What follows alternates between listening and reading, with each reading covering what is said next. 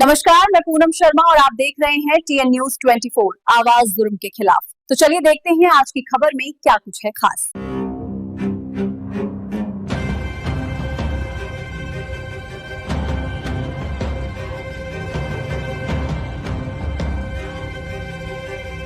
दक्षिण पूर्वी दिल्ली के पौष इलाके कैलाश हिल्स में बुधवार सुबह एक सनसनीखेज वारदात सामने आई। यहां एक IRS के एक वरिष्ठ अधिकारी की 22 वर्षीय बेटी की कथित तौर पर बलात्कार के बाद हत्या कर दी गई। इस घटना से इलाके में हड़कंप मच गया। मामले में पुलिस ने त्वरित कार्रवाई करते हुए हत्या के आरोपी को गिरफ्तार कर लिया और उससे पूछताछ जारी है।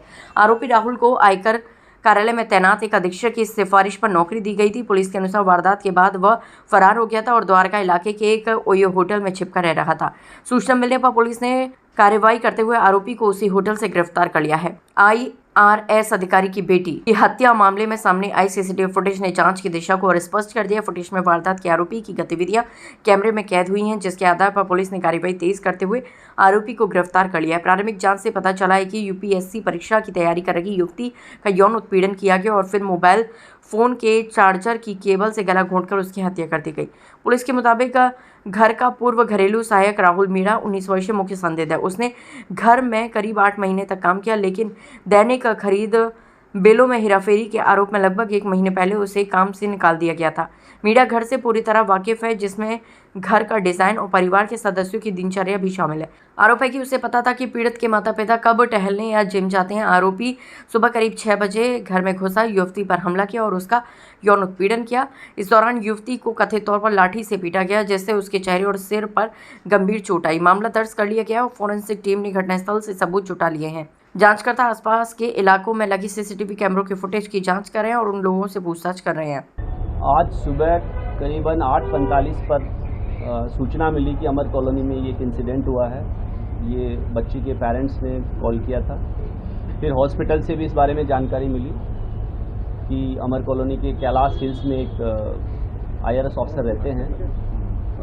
उनकी ये लोग सुबह वॉक करने गए थे, अपनी वाइफ जिम करने गए थे अपनी वाइफ के साथ।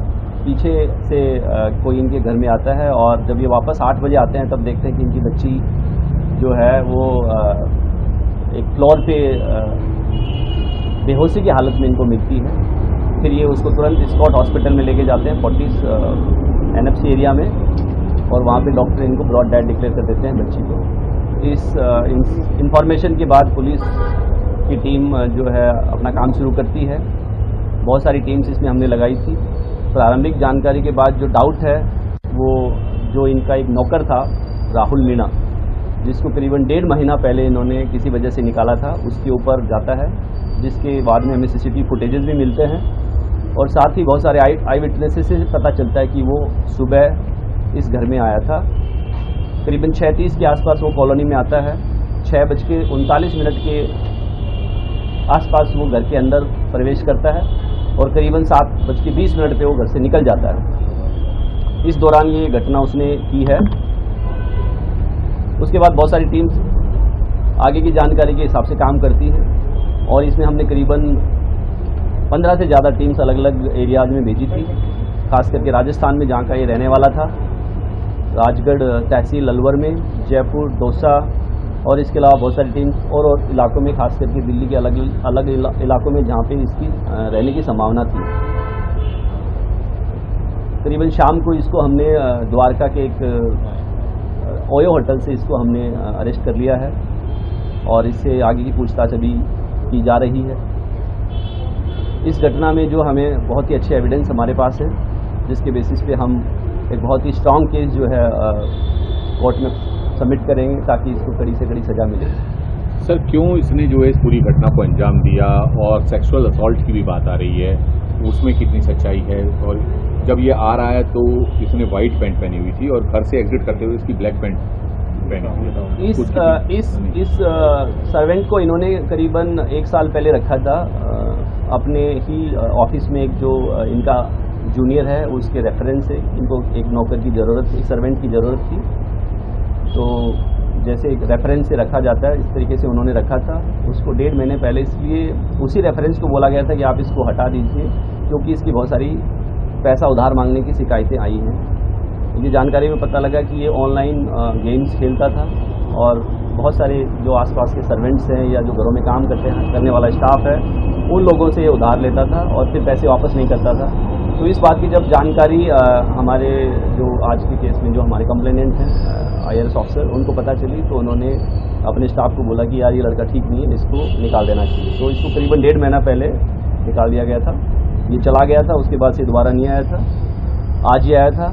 जहाँ तक बात है कपड़े उसकी चेंज करने की, तो उसने घटना के बाद जो है अपनी ट्राउजर और जूते चेंज किए हैं। टी-शर्ट उसने जो टी-शर्ट या शर्ट है वो सेम रखा है और वो एकदम उसके एविडेंस हमारे पास है। जो इंसिडेंट का मोटिव अगर आप पूछ रहे हैं तो उसका इसने कल एक वारदात अलवर में भी की है, सिमिलर वारदात। जब हम इसको पकड़ने के लिए हमारी टीम अलवर राजगढ़ पहुंची तो पता चला कि इसने एक वारदात कल देर शाम को वहाँ पे भी की थी। तो हो सकता है इसकी मनोवर्ती इसी प्रकार की हो, वो अभी पूछताछ से और कंफर्म हो जाएगा।